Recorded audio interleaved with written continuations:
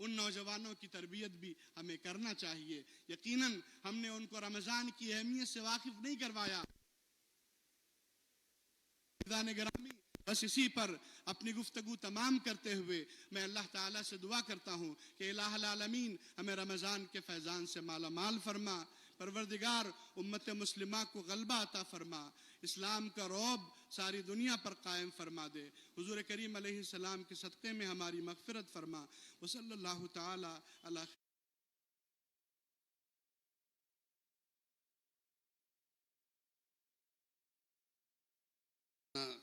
سید شاہ ظہیر الدین علی صوفی صاحب قادری سجادہ نشین حضرت صوفی اعظم علیہ الرحمہ سے خواہش کروں گا کہ وہ جلسے سے مخاطب فرمائیں.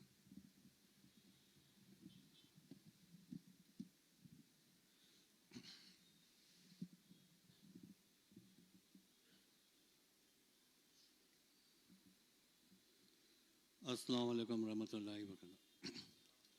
اعوذ باللہ من الشیطان الرجیم. بسم اللہ الرحمن الرحیم.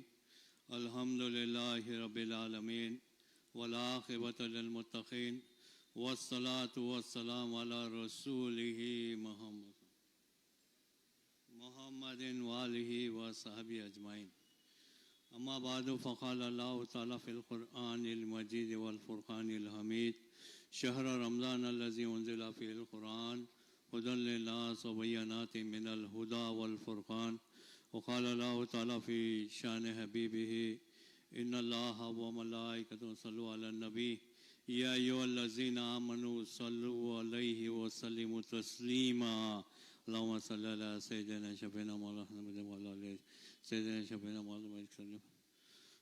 سنا ہے دیکھنا ان کو خدا کو دیکھ لینا ہے. سنا ہے دیکھنا ان کو خدا کو دیکھ لینا ہے. کم از کم خواب ہی میں سرکار آپ کا دیدار ہو جائے. کم از کم خواب ہی میں سرکار آپ کا دیدار ہو جائے. الہی یہ دعا ہے التجا ہے قلب مستر کی. الہی یہ دعا ہے التجا ہے قلب مستر کی. دم آخر رسول اللہ کا دیدار ہو جائے. دم آخر رسول اللہ کا دیدار ہو جائے. سنا ہے سنتے ہیں کہ ڈوبنے سے جان جاتی. سنتے ہیں کہ ڈوبنے سے جان جاتی ہے.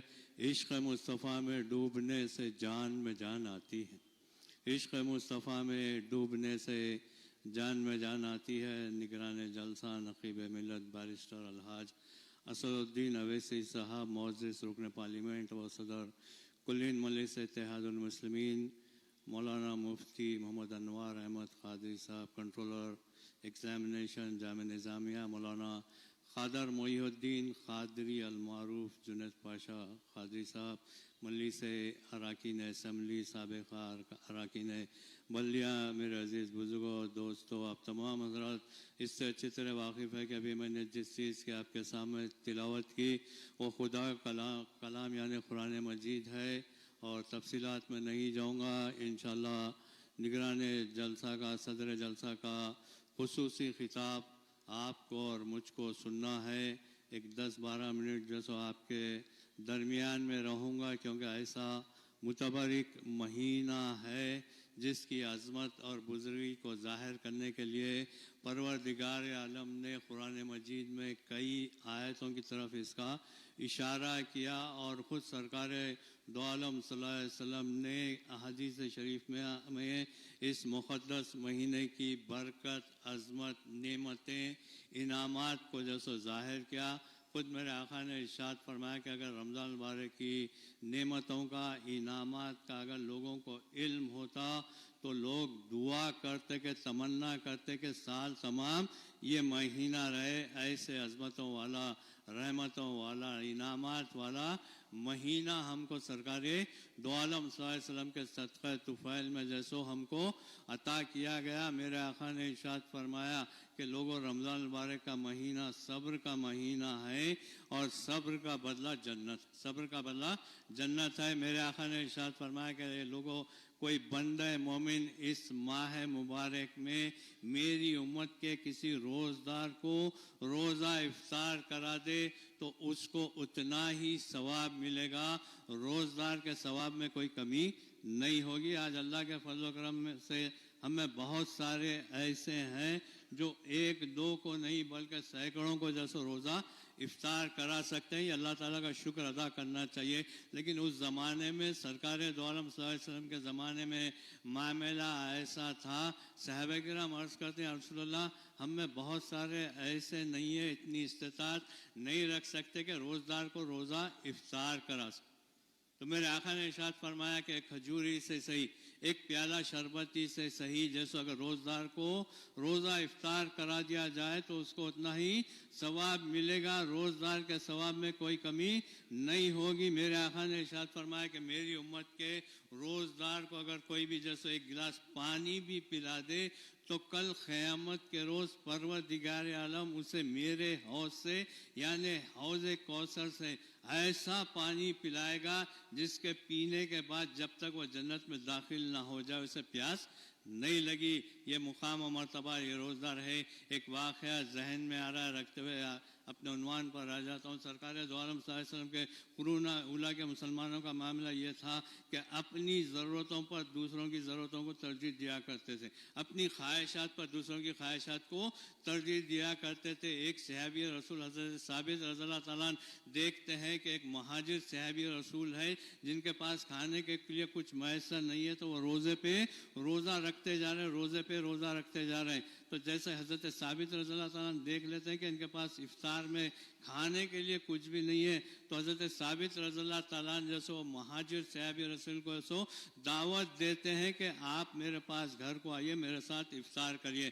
اور تاریخ اسلام اس بات کی شاہد ہے کہ حضرت ثابت رضی اللہ تعالیٰ بھی کوئی دولت مند صحابی رسول نہیں ہے. فوراً گھر کو جاتے ہیں, اپنی زوجہ اپنی بیوی سے کہتے ہیں کہ میں نے دیکھا کہ ایک مہاجر صحابی رسول جیسے ان کے پاس کھانے کے لیے کچھ میسر نہیں ہے, وہ روزے پہ روزہ رکھ رہے ہیں, تو میں نے کیا کیا جیسے ان کو اپنے افطار میں جیسے اپنے گھر آنے کی جیسے دعوت میں نے دے دی. تو ان کی زوجہ محترمہ جواب دیتی ہے گھر میں جیسے ایک آدمی کے کھانے کے سوا دوسرے آدمی کا کھانا موجود نہیں ہے. حضرت ثابت رضی اللہ تعالیٰ کہتے ہیں کہ میں نے تو انہیں دعوت دے دی. ایسا کرتے ہیں جب وہ آئیں گے کھانا تیار کرنا, دسترخوان بچھا دینا, دسترخوان بچھانے کے بعد تم جیسے اٹھنا, چراغ کو درست کرنے کے ہیلے سے جیسے چراغ کو جیسے بجھا دے دینا, اور ہم بھی ان کے ساتھ بیٹھ جائیں گے اور انہیں ایسا محسوس کرا رہے ہیں کہ ہم بھی ان کے ساتھ خاصا تناول کریں.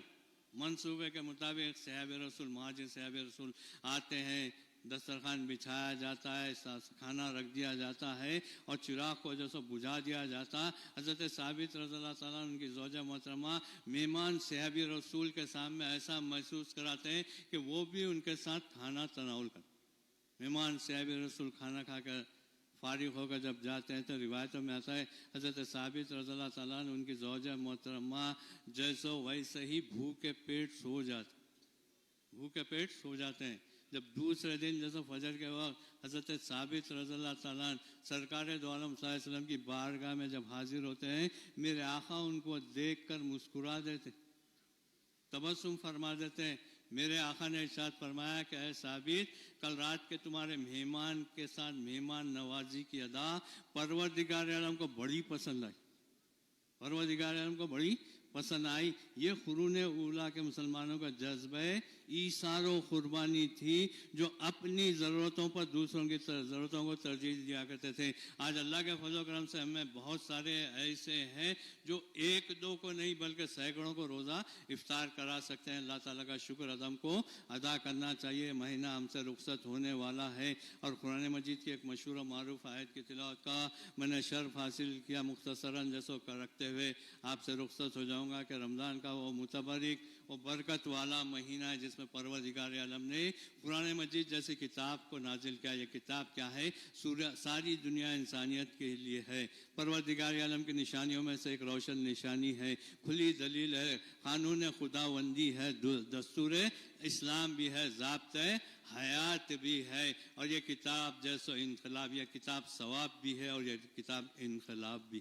یہ کتاب ثواب بھی ہے یہ کتاب، انقلاب بھی ہے. اور آج مجھے افسوس کے ساتھ کہنا پڑتا ہے کہ ہم نے اس کتاب کو حاصل کیا تو صرف ثواب کے واسطے، ورنہ جزدانوں میں بن کر کے جیسے محرابوں میں رکھ دیا. یقیناً اس کتاب کا پڑھا جانا، سننا، سنانا، دیکھنا، دکھانا، اس کو چھونا، اس کو سینے سے لگانا، اس کو سر پہ رکھنا یقیناً ثواب ہے، لیکن ساتھ ساتھ جیسو انقلاب بھی ہے. اور یہ ایسی کتاب ہے، میرے آقا نے ارشاد فرمائی کہ اس کتاب کو جہاں پر تم تلاوت کرتے ہیں وہاں پر جیسو آسمان سے فرشتے اور ملائکہ نازل ہو. میرے آقا نے ارشاد فرمایا کہ جس گھر میں تلاوت قرآن کی جاتی ہے آسمان سے فرشتے اور ملائکہ آیت قرآنی، آیت ربانی سننے کے لیے زمین پر آتے. حدیث کی کتابوں میں ایک واقعہ مشہور ہے، رکھتے ہوئے آپ سے رخصت ہو جاؤں گا. ایک صحابی رسول حضرت اسید ابن حضیر رضی اللہ تعالیٰ عنہ سرکار کی بارگاہ میں آتے ہیں، عرض کرتے ہیں رسول اللہ کل رات ایک عجیب و غریب واقعہ پیش آیا، اگر اجازت ہو تو عرض کروں. تو میرے آقا نے پوچھا کہ کیا ہے؟ تو کہا اسید ابن حضیر رضی اللہ تعالیٰ عرض کرتے ہیں رسول اللہ تہجد کی نماز کے بعد میں اپنے گھر میں جیسے تلاوت قرآن میں مصروف تھا، جیسے جیسے میں تلاوت قرآن کرتے جاتا میرے گھر میں جیسے ایک گھوڑا بنا ہوا تھا، جیسے جیسے میں آیت قرآنی تلاوت کرتا وہ اچھلنے کودنے لگتا ہے. میں آیت قرآنی، آیت ربانی کی تلاوت کرتے ہیں جیسے اچھلنے لگتا ہے. میں جیسے ہی آیت قرآنی روک دیتا ہوں وہ گھوڑے کا اچھلنا بھی جیسے بند ہو جاتا. اور پھر جب میں دوبارہ آغاز کرتا ہوں پھر جیسے گھوڑا جیسے اچھلنے کودنے لگتا. یا رسول اللہ میرا بچہ یا جو صحن میں سو رہا تھا، مجھے یہ ڈر اور خوف ہوا کہ گھوڑا اچھلتے اچھلتے میرے بچے کو نقصان نہ پہنچا دے، اس واسطے میں نے آیت قرآنی، آیت ربانی کو بند کر دیا. جب اپنے گھر کے صحن میں جا کر جب دیکھتا ہوں بچے کو، جب میں اٹھاتا ہوں تو دیکھتا کیا ہوں کہ آسمان پر جیسے چو طرف نورانی قندیلیں، چو طرف نور چمک رہا ہے. اور وہ نورانی قندیلیں جیسے ہی میں بچے کو اٹھا کر واپس آنے لگا وہ نورانی قندیلیں آسمان کی طرف واپس جانے لگے. میرے آقا نے اسید ابن حضیر رضی اللہ تعالیٰ عنہ سے پوچھا کہ اسید کیا تم جانتے ہو وہ نورانی قندیلیں کیا ہے؟ وہ نورانی قندیلیں کیا ہے؟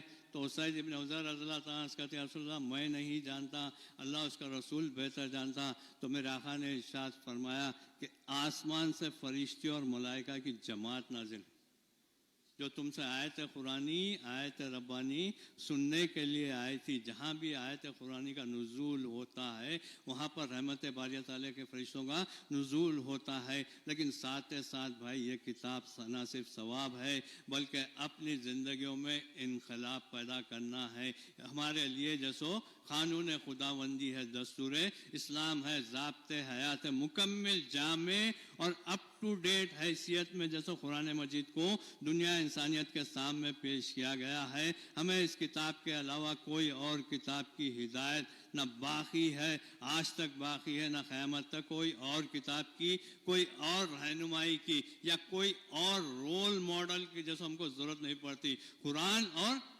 صاحب قرآن کی زندگی ہمارے لیے مسئلہ راہ ہے. آپ تمام حضرات سے رخصت ہونے سے پہلے گزارش کروں گا کہ اپنے مالوں میں سے زکوٰۃ نکالیے، اپنے مالوں میں سے زکوٰۃ نکالیے بھائی، کیونکہ جو بھی صاحب نصاب مسلمان ہے زکوٰۃ دینے سے جیسے مال کم نہیں ہوتا بلکہ بڑھ جاتا ہے، اس میں برکت ہوتی ہے. اور جتنا مال آپ دیں گے، اور بہت سارے غریب مسکین بھائی ایسے ہیں جو آپ کے سامنے دست سوال دراز نہیں کرتے، لیکن ان کا بھی حق ہے، ان کو ہمیں جیسو ان کا حق جیسو ہمیں ادا کرنا ہے. ضرورت اس بات کی ہے کہ اس ماہ مبارک کے ایک ایک لمحے کو غنیمت جانتے ہوئے اپنی زندگیوں میں انقلاب کا ذریعہ پیدا کرنا ہے، اور ہم کو سرکار دو عالم صلی اللہ علیہ وسلم کے بتلائے ہوئے راستے کو اختیار کرنا ہے. دعا ہے کہ اے باری تعالیٰ ہمیں کتاب و سنت پر عمل کرنے کی توفیق عطا فرما. اے باری تعالیٰ ہمارے روزوں کو قبول فرما. اے باری تعالیٰ ہماری نمازوں کو قبول فرما.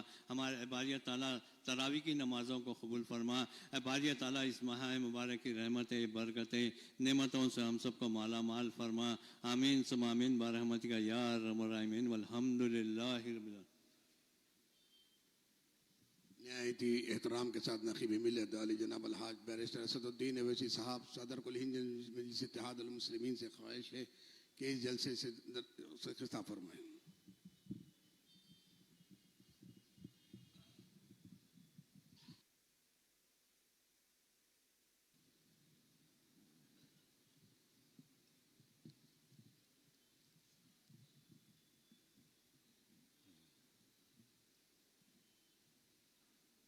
اعوذ باللہ من الشیطان الرجیم، بسم اللہ الرحمن الرحیم، السلام علیکم ورحمۃ اللہ وبرکاتہ۔ حضرت مولانا ظہیر الدین صاحب صوفی، حضرت مولانا مفتی انوار نظامی صاحب، مجلس اتحاد المسلمین کے اراکین اسمبلی و اراکین قانون ساز کونسل، معزز اراکین و صدر معتمدین وہ سابق اراکین بلدیہ، معزز حاضرین اکرام، یہ اللہ کا فضل و کرم ہے کہ اللہ سبحانہ و تعالیٰ نے ہم کو رمضان جیسے ماہ مبارک کو عطا کیا، اور اس ماہ مبارک کے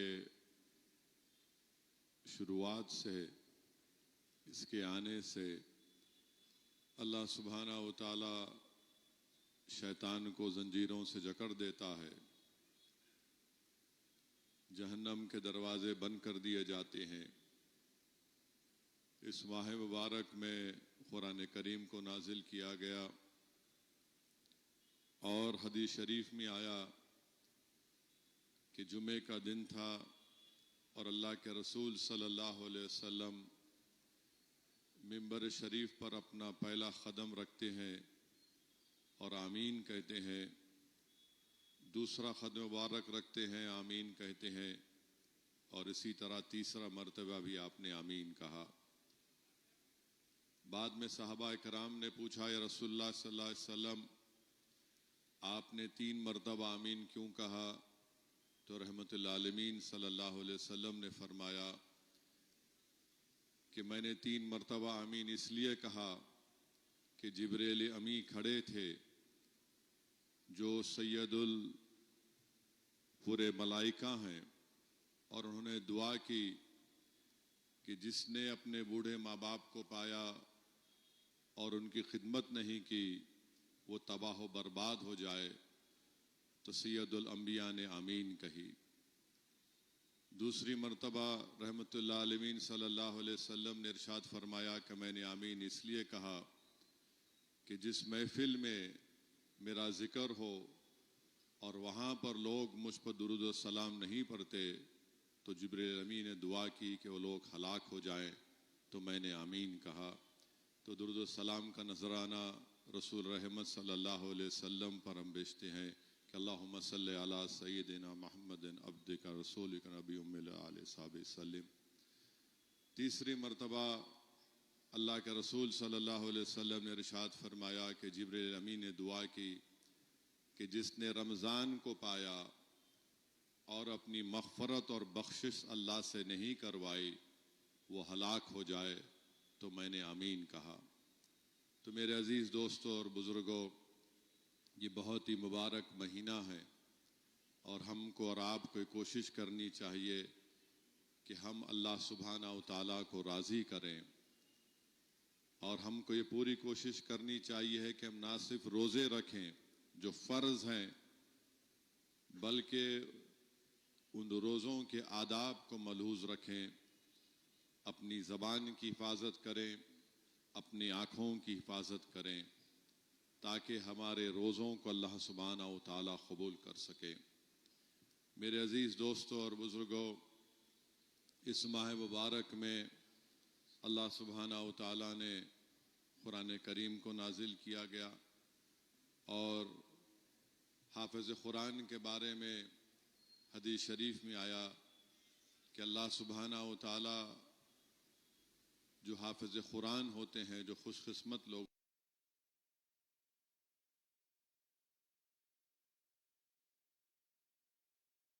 پھر اللہ سبحانہ کے سامنے ان حافظ قرآن کے ماں باپ کو بلا کر ان کے سر پر تاج رکھے گا.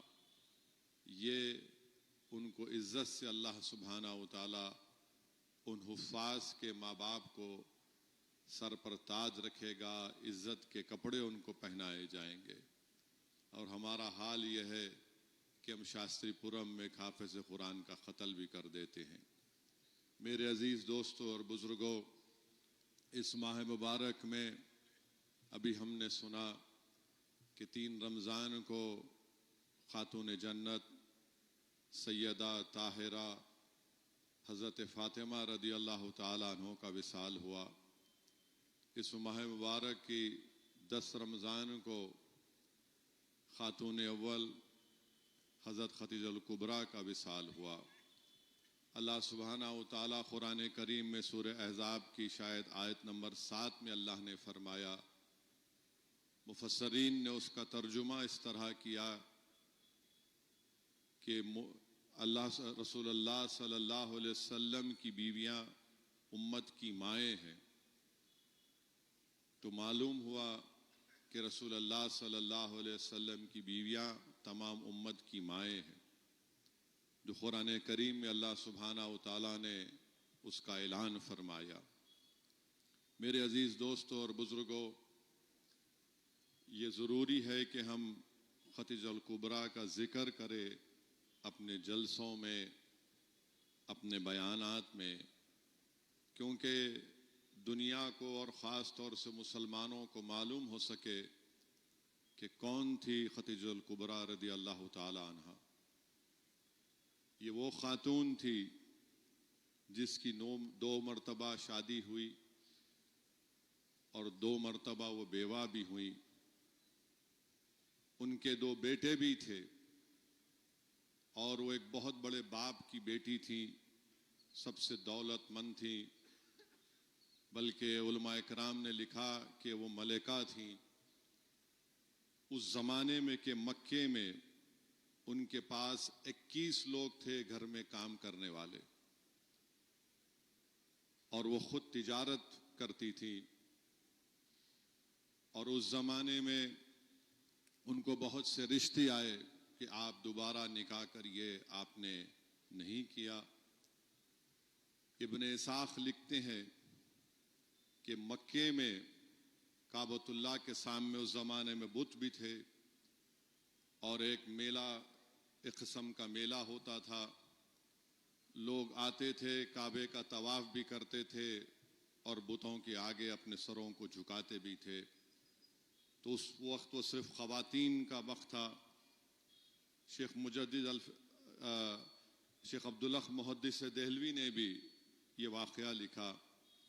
ابن اسحاق نے لکھا کہ ایک یہودی آیا, ان خواتین کے سامنے سے گزرا اور کہا کہ تمہارے درمیان میں ایک رسول آنے والا ہے, تم میں سے جو بھی ان کی بیوی بنو گی وہ خوش قسمت کہلاؤ گی. تو اس وقت خواتین نے اس کی بات کو سنا اور انہوں نے اس پر بڑا غصہ کیا, بلکہ بعض خواتین نے کہا کہ تم ہمارے بتوں کی بے عزتی کر رہے ہو, یہ کہہ کر ایک آخری رسول اور نبی آنے والا ہے. بعض خواتین نے کنکریاں اٹھا کر اس یہودی کو مارا. بعض خواتین نے کہا کہ یہ مکے کا نہیں ہے, یہ مکے سے باہر سے آیا.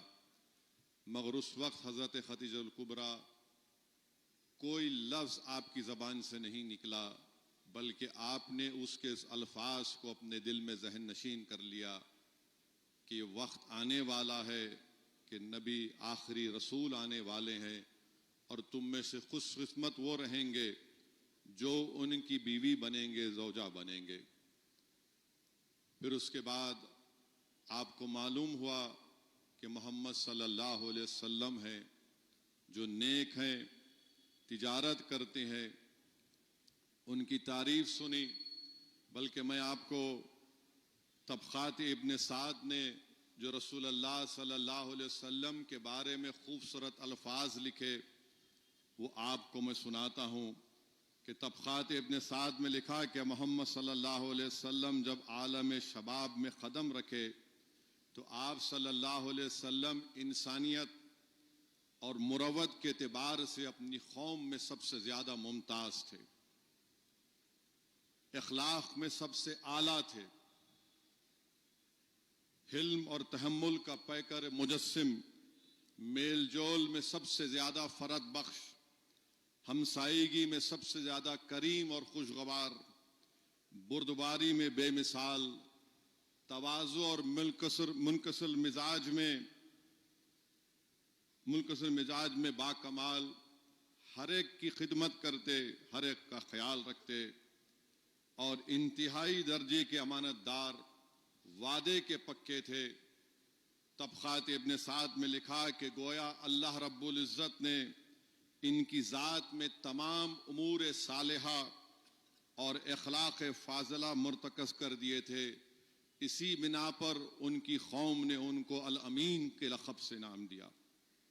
تو میرے عزیز دوستوں اور بزرگوں، حضرت ختیجہ جب یہ جانی تو انہوں نے معلوم ہوا کہ اللہ کے رسول صلی اللہ علیہ وسلم تجارت کرتے ہیں۔ اس زمانے میں مکے میں لوگ گرمی کے دنوں میں دمشق کو جاتے تھے، اب موجودہ جو ڈیمسکس کہتے دمشق میں بصری ایک جگہ ہے، وہاں پر تجارت کے لیے جا رہے ہیں، اور لوگ سردیوں میں یمن کی طرف جاتے تھے کیونکہ سردی کافی ہوتی آج بھی دمشق میں۔ تو رسول اللہ صلی اللہ علیہ وسلم کو پیغام بھیجا اپنے غلام، اپنے کام کرنے والے میسرہ کے ذریعے کہ کیا آپ میرا سامان تجارت کا بصری دمشق کو لے کر جائیں گے؟ رسول اللہ صلی اللہ علیہ وسلم نے اس کو مانا۔ حضرت ختیجہ نے اپنے غلام سے کہا، میسرہ سے، کہ میں تم کو تاکید کر رہی ہوں کہ تم ہر چیز کو رسول اللہ صلی اللہ علیہ وسلم کی دیکھو، اور وہ جب کوئی فیصلہ کرتے تو اس میں مداخلت مت کرو، اور جب تم واپس آؤ گے تو مجھے آ کر بتانا کہ کیا ہوا۔ یہ تجارت کا قافلہ مکے سے نکلا، دمشق بصری مقام پر پہنچا، وہ تجارت کا بڑا مرکز تھا۔ وہاں پر حضرت ختیجہ کے غلام نے دیکھا کہ اللہ کے رسول صلی اللہ علیہ وسلم ایک جھاڑ کے نیچے آرام فرما رہے ہیں۔ اچانک ایک راہب تھا، نستور اس کا نام تھا، اس نے آ کر پوچھا یہ کون ہے؟ تو انہوں نے کہا کہ یہ محمد بن عبداللہ صلی اللہ علیہ وسلم ہے جو مکے سے نکل کر آئے۔ تو اس راہب نستور نے کہا کہ یہ شخص جو بیٹھا ہوا ہے نا، اس جھاڑ کے اس پیڑ کے نیچے اللہ کے نبی اور رسول بیٹھتے ہیں، یقیناً یہ آخری رسول ہے۔ پھر اس نے دیکھا ایک اور معجزہ کہ جہاں جہاں محمد صلی اللہ علیہ وسلم چل رہے ہیں، دھوپ ہے تو فرشتے آ کر سایہ دے رہے ہیں۔ پھر اس نے دیکھا کہ جب وہ معاملے داری کر رہے ہیں کاروبار کی، تو جس سے کر رہے ہیں اس نے کہا کہ آپ بتوں کے نام کی قسم کھائیے۔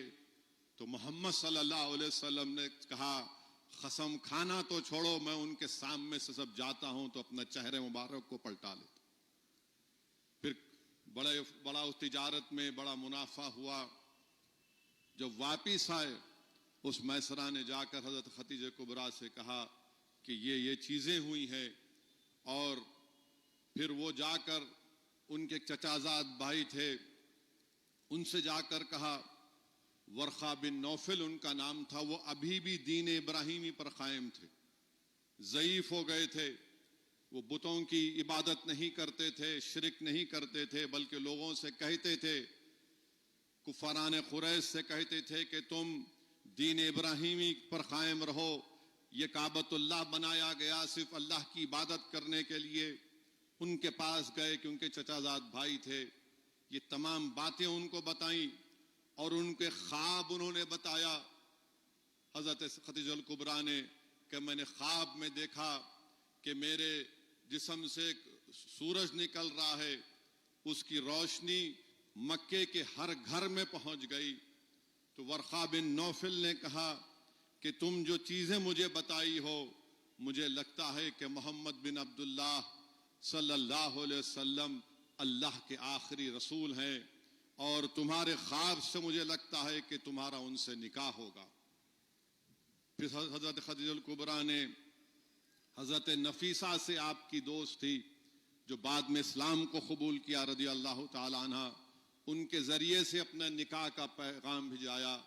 اللہ کے رسول صلی اللہ علیہ وسلم نے اس کو قبول کیا، نکاح ہوا، اور جس خاتون اول کے پاس 21 کام کرنے والے تھے، سب سے زیادہ دولت تھی، وہ اپنی پوری دولت کو رسول اللہ صلی اللہ علیہ وسلم کے حوالے کر دیا کہ یا رسول اللہ صلی اللہ علیہ وسلم اس کو اسلام کی تبلیغ کے لیے استعمال کریے۔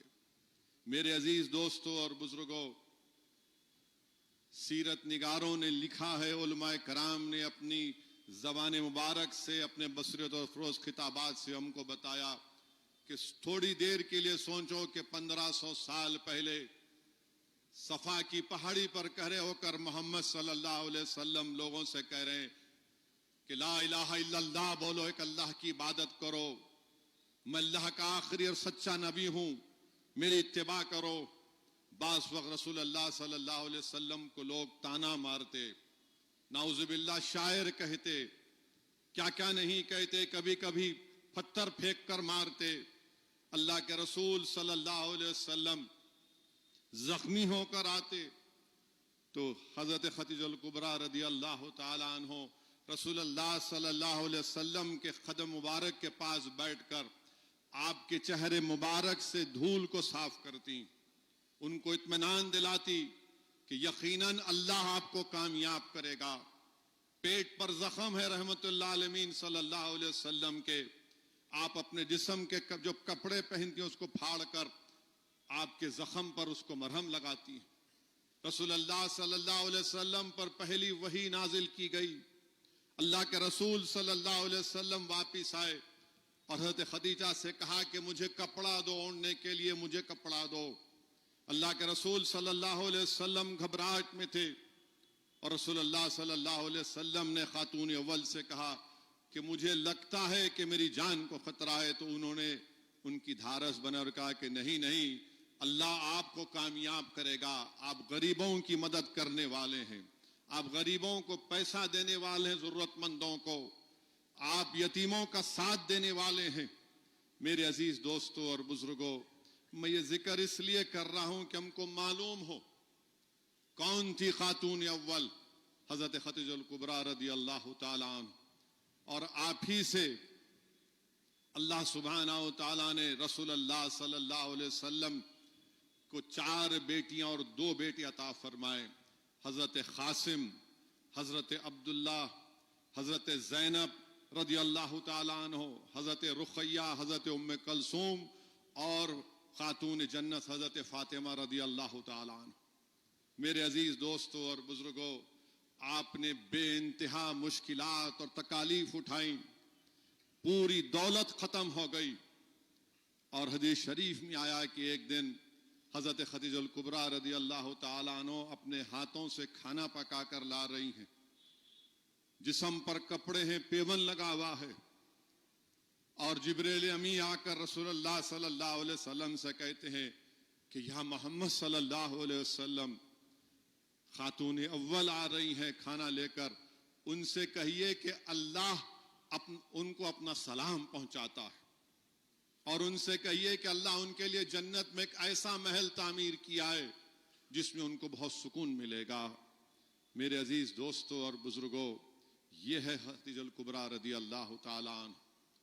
وہ مدینے کو نہیں دیکھا، مکے کو فتح ہوتے نہیں دیکھا، اذان نہیں سنی، جمعے کے بارے میں نہیں سنا، مگر اگر دنیا میں پہلے کسی خاتون نے اسلام کو قبول کیا تو حضرت خدیجہ الکبریٰ نے اسلام کو قبول کیا، اور انہوں نے تربیت دی اپنی اولادوں کی۔ ایک جب حضرت رسول اللہ صلی اللہ علیہ وسلم کے فرزند کا وصال ہو گیا، حضرت عبداللہ کا وصال ہو. حضرت قاسم کا انتقال ہو گیا تو ان کی آنکھ میں آنسو آ گئے اور کہا کہ یا محمد صلی اللہ علیہ وسلم، میرے آقا، میرا بیٹا مجھے بہت یاد آتا ہے. تو اللہ کے رسول صلی اللہ علیہ وسلم نے کہا اگر تم چاہتی ہو تو یہاں بیٹھ کر تم جنت میں اپنے بیٹے کی آواز سن سکتی ہو.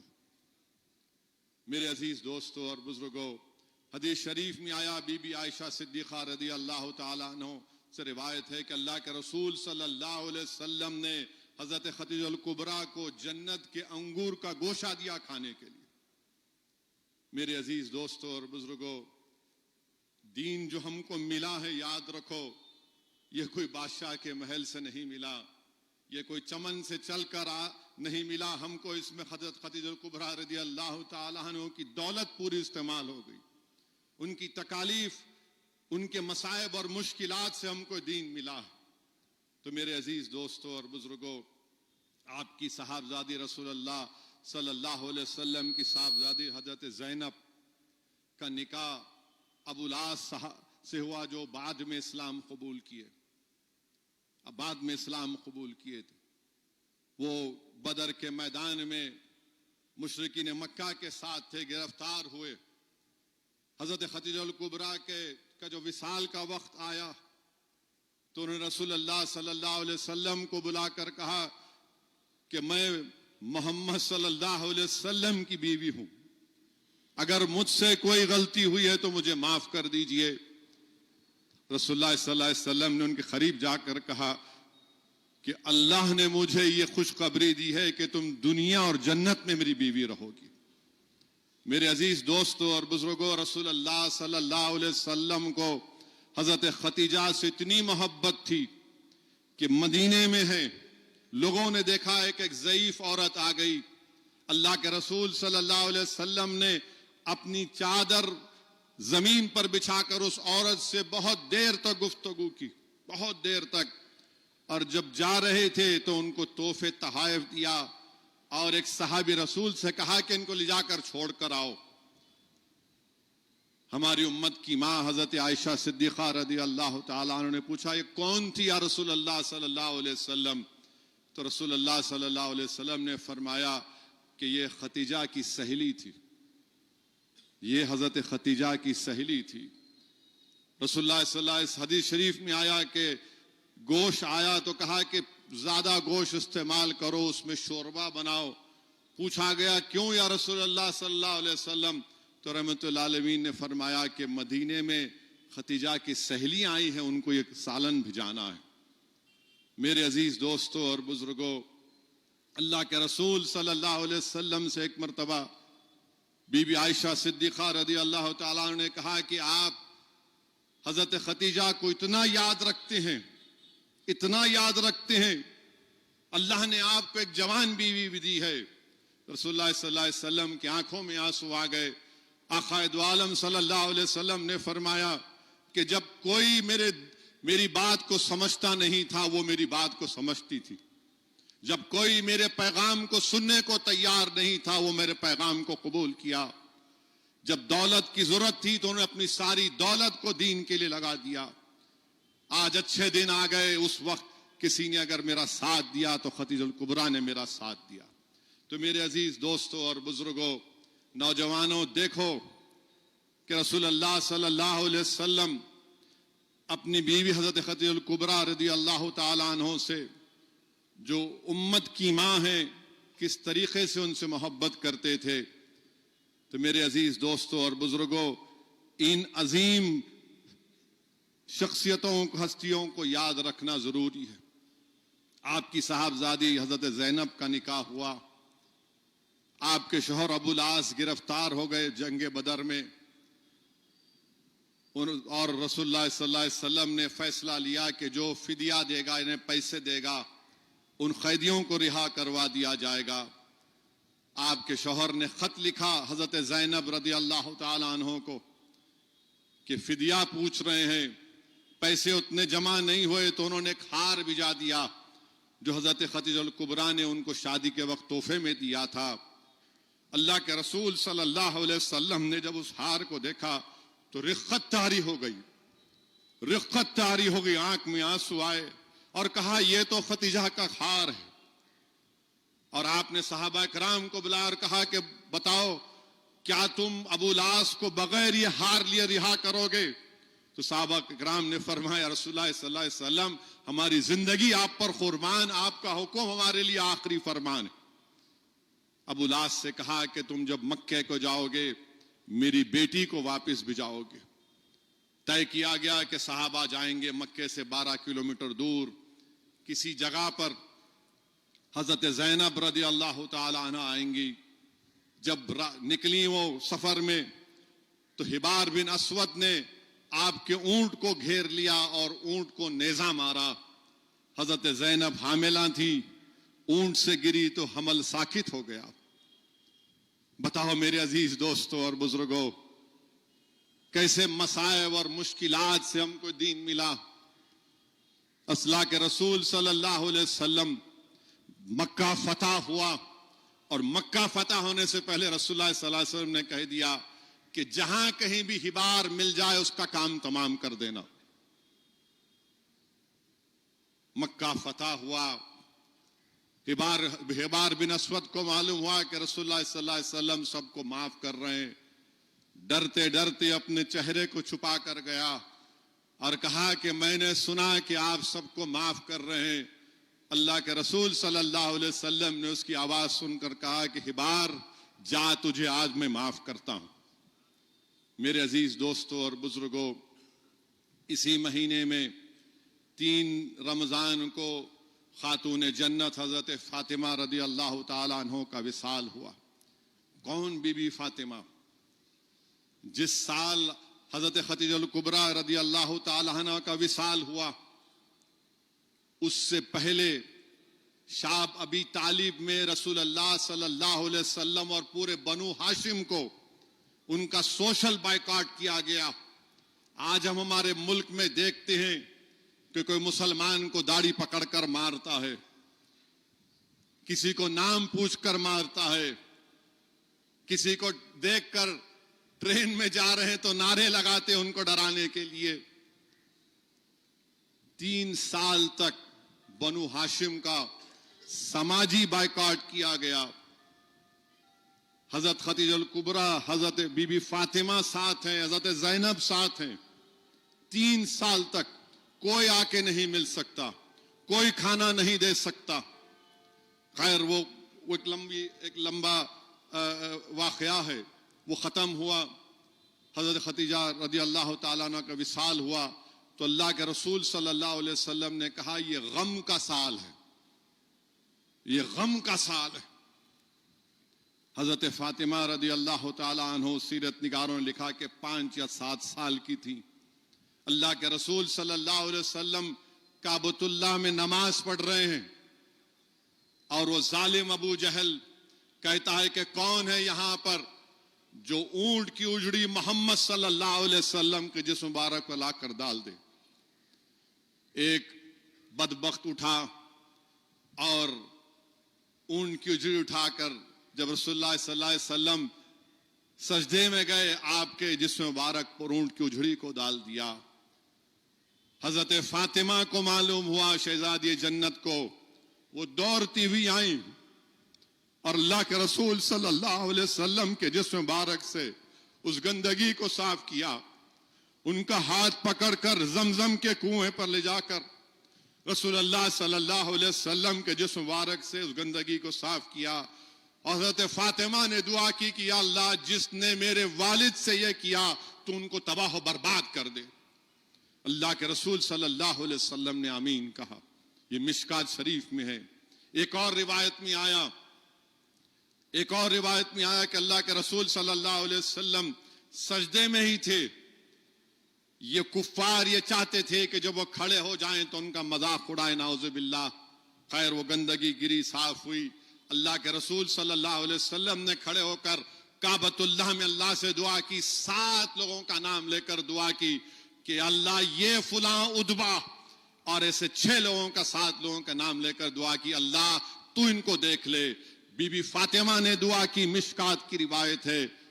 تو وہ بدر کی جنگ میں یہ تمام کے تمام ہلاک ہوئے اور اس گندے کنویں میں ان کی لاشوں کو ڈالا گیا تھا. تو میرے عزیز دوستوں اور بزرگوں، شہزادی جنت یہ ہیں، یہ شہزادی جنت ہے، خاتون اول ہیں۔ رسول اللہ صلی اللہ علیہ وسلم نے جب حضرت علی سے آپ کا نکاح کروایا، اس وقت رسول اللہ صلی اللہ علیہ وسلم نے یہ فرمایا جس کا ذکر شہادت نامے میں محدث دکن حضرت عبداللہ شاہ صاحب نقشبند، سید عبداللہ شاہ صاحب نقشبندی نے اپنے شہادت نامے میں لکھا کہ جب رسول اللہ صلی اللہ علیہ وسلم نے بی بی فاطمہ سے نکاح کا ارادہ کیا حضرت علی سے، تو رسول اللہ صلی اللہ علیہ وسلم نے ایک واقعہ بیان کیا کہ سلیمان علیہ السلام کی جب بیٹی کی شادی ہوئی تھی تو اتنا ان کو جہیز دیا گیا تھا کہ جن اور دیو آپ کی بیٹی کا جہیز اٹھا کر لے کر جا رہے تھے۔ حضرت سلیمان علیہ السلام نے اپنے داماد کو ایک ایسی ٹوپی دی جس پر ایسے قیمتی ہیرے جڑے ہوئے تھے، جس کی قیمت 70 ہیرے جواہرات جڑے ہوئے تھے، ایک ہیرے کی قیمت اس زمانے میں 8 درہم یا دینار کی تھی۔ تو خیر نکاح ہو گیا شیر خدا کا، شہزادی جنت کا، امام حسن اور حسین کی پیدائش ہو گئی، شیر خدا حج کرنے گئے، وہاں پر ایک شخص بول رہا ہے کہ میرے کو 4000 دینار دلا دے اللہ، میرے کو 4000 دینار دلا دے ورنہ کپڑا پھاڑ لیتا ہوں۔ حضرت علی نے کہا کیا کہہ رہا ہے، یہ حج ہے؟ تو بولے اللہ سے مانگ رہا ہوں میں۔ تو شیر خدا نے کہا کہ تم مت مانگ، مدینے کو آ، اللہ تجھے مدینے میں دے گا، میرے سے مل آ کر۔ وہ مدینے کو گیا، گھر میں فاقہ ہے، امام حسن اور حسین بھوکے ہیں، وہ آ کر کہتا علی تم نے وعدہ کیا تھا۔ حضرت علی بولے ہاں چلو۔ ایک باغ تھا، اس کو 11 یا 12 ہزار میں فروخت کر دیا، اس کو 4000 درہم دیے، جو پیسے تھے غریبوں میں بانٹ دیا شیر خدا نے۔ گھر کو واپس آ کر شہزادی جنت سے کہا کہ میں نے باغ کو بیچ دیا، جنت میں گھر خرید لیا۔ حضرت فاطمہ نے کہا کہ کم سے کم حسنین کریمین جو ہیں ہمارے 2 بیٹے شہزادے بھوکے ہیں، ان کا تو خیال رکھتے۔ اور حضرت علی کے دامن کو پکڑ لیا۔ ادھر جبریل امی رسول اللہ صلی اللہ علیہ وسلم کو اطلاع دے رہے ہیں کہ شہزادی جنت نے علی کو اپنا قیدی بنا لیا، آپ جائیے فوراً۔ رسول اللہ صلی اللہ علیہ وسلم پہنچتے ہیں، وہ رسول اللہ صلی اللہ علیہ وسلم کو دیکھ کر اٹھ جاتی ہیں، اور رسول اللہ صلی اللہ علیہ وسلم کہتے ہیں کہ جبریل امی نے مجھے پیغام بھیجایا ہے کہ تم نے علی کو اپنا قیدی بنا لیا۔ اب آپ دیکھیے بی بی فاطمہ پر رقت طاری ہو جاتی، علی مجھے معاف کر دو، علی مجھے معاف کر دو، آپ کیسے میرے قیدی بن سکتے؟ بہرحال رسول اللہ صلی اللہ علیہ وسلم تھے۔ اور پھر حضرت علی جب ایک جگہ بعد میں خواب دیکھتے ہیں، اور خواب میں کیا دیکھتے ہیں کہ جنت ہے، ایک عظیم تخت ہے، اس تخت پر کئی خواتین ہیں، حوریں ہیں، اور ایک مخصوص خاتون ہے جو تخت پر بیٹھی ہوئی خاتون کی خدمت کر رہی ہے۔ حضرت علی قریب سے دیکھتے ہیں تو وہ بی بی فاطمہ نظر آتی، وہ بی بی فاطمہ نظر آتی ہیں، اور بی بی فاطمہ ان سے کہتی ہیں خواب میں کہ علی یہ کون ہے، یہ خادمہ جو میری خدمت کر رہی ہے، جانتے ہیں؟ تو بولے کون ہے؟ یہ سلیمان علیہ السلام کی بیٹی ہے۔ میرے عزیز دوستوں اور بزرگوں، بی بی فاطمہ کو رسول اللہ صلی اللہ علیہ وسلم نے کہا تھا کہ یہ میرے جگر کا ٹکڑا ہے، یہ میرے جگر کا ٹکڑا ہے، جو اس سے خوش ہوگا اللہ، جو اس کو خوش کرے گا، جو اس سے خوش ہوگا اللہ اس سے خوش رہے گا، جو اس کو ناراض کرے گا اللہ اس سے ناراض ہو جائے گا۔ جب علماء کرام سے یہ حدیث شریف کو سنا تو علماء کرام نے کہا کہ جنہوں نے کربلا میں امام حسین کی گردن پر تلوار رکھی ان کا کیا حال ہوگا۔ علماء کرام نے بتایا کہ جس دن کربلا میں امام حسین کی شہادت کا دن تھا، اس دن حضرت فاطمہ رضی اللہ تعالی عنہ نے خواب دیکھا کہ کربلا کی زمین کو جھاڑو دے رہی ہیں. لوگوں نے پوچھا شہزادی جنت کیا کر رہے ہیں؟ تو کہا کہ میرا بیٹا یہاں شہید ہونے والا ہے, کوئی کنکر اس کو نہ چبھے, کوئی کنکر اس کو نہ چبھے.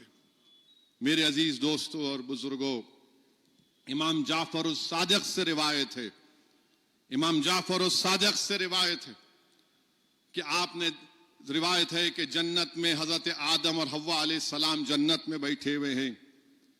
ایک تخت ہے جس پر ایک خوبصورت تصویر ہے, اس تصویر کے اوپر ایک گلے میں ہار ہے, اس تصویر جس کی ہے ان کے کانوں میں کیا بولتے آپ جو پہنتے ہیں وہ ہے. تو پوچھا گیا کہ کون ہے, کس کی تصویر ہے؟ کہا یہ فاطمہ ہے. ان کے سر پہ جو تاج ہے وہ محمد صلی اللہ علیہ وسلم ہے. ان کے گلے میں جو ہار ہے وہ علی ہیں, اور ان کے گلے کان میں جو بالیاں وہ امام حسن اور حسین ہے. پھر حضرت آدم علیہ السلام دیکھتے ہیں کہ اس پہ لکھا ہوا ہے, کیا لکھا ہوا ہے؟ کہ میں اللہ محمود ہوں اور یہ محمد صلی اللہ علیہ وسلم ہے. میں اللہ فاتر ہوں, یہ فاطمہ ہے. میں اللہ محسن ہوں, یہ حسن اور حسین ہے. حضرت آدم علیہ السلام نے اس کو یاد کر لیا. جب زمین پر بجایا گیا 200-300 سال کے بعد ان کو یاد آیا تو انہوں نے دعا کی, اللہ تو محمود ہے, تجھے محمد صلی اللہ علیہ وسلم کا واسطہ. اللہ تو فاتر ہے, تجھے فاطمہ کا واسطہ. اللہ تو محسن ہے, تجھے حسن حسین کا واسطہ. تو اللہ نے ان کو معافی دے دی. اور یہ عبداللہ شاہ صاحب قبلہ رحمۃ اللہ علیہ اپنی کتاب شہادت نامہ میں لکھ رہے ہیں.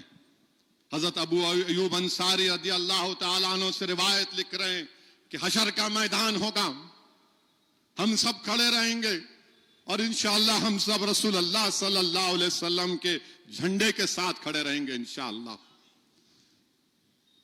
آواز آئے گی کہ اہل محشر نظریں نیچی کرو, آنکھیں بند کر لو, فاطمہ کی سواری گزرنے والی ہے. یہ حضرت فاطمہ کا مقام ہے, یہ ان کی عظمت ہے. میرے عزیز دوستوں اور بزرگوں, محدث دکن اپنی کتاب میں واقعہ بھی لکھتے ہیں کہ ایک مرتبہ امام حسین گھر سے نکلے کھیلتے تو وہ ایک صالح نامی یہودی کے کھجور بن میں تھے. اس یہودی نے آپ کو لے جا کر اپنے گھر میں چھپا لیا. 70 مرتبہ حضرت فاطمہ دروازے پہ گئی کہ حسین کہاں ہے, امام حسین کہاں ہے. بعد میں آپ نے اپنے صاحبزادے امام حسن سے کہا جو چھوٹے تھے کہ جاؤ تم تلاش کرو اپنے بھائی کو. امام حسن نکل کر کیا بولتے ہیں, کہاں ہے میرے بھائی؟ تم نبی کے نور نظر ہو, تم کہاں ہو؟ پھر ایک ہرنی کو دیکھتے ہیں, یہ ہرن کو دیکھتے ہیں اور کہتے ہیں کہ تجھے اللہ کا واسطہ بتا میرا بھائی حسین کہاں ہے. اللہ اس کو بولنے کی صلاحیت دیتا اس ہرن کو. وہ کہتا ہے کہ یہ یہودی صالح کے پاس آپ کا بھائی ہے. وہ وہاں پر گئے اور اس سے جا کر کہتی ہیں کہ تو نے میرے بھائی کو چھپا کر رکھا, مجھے حوالے کر دے.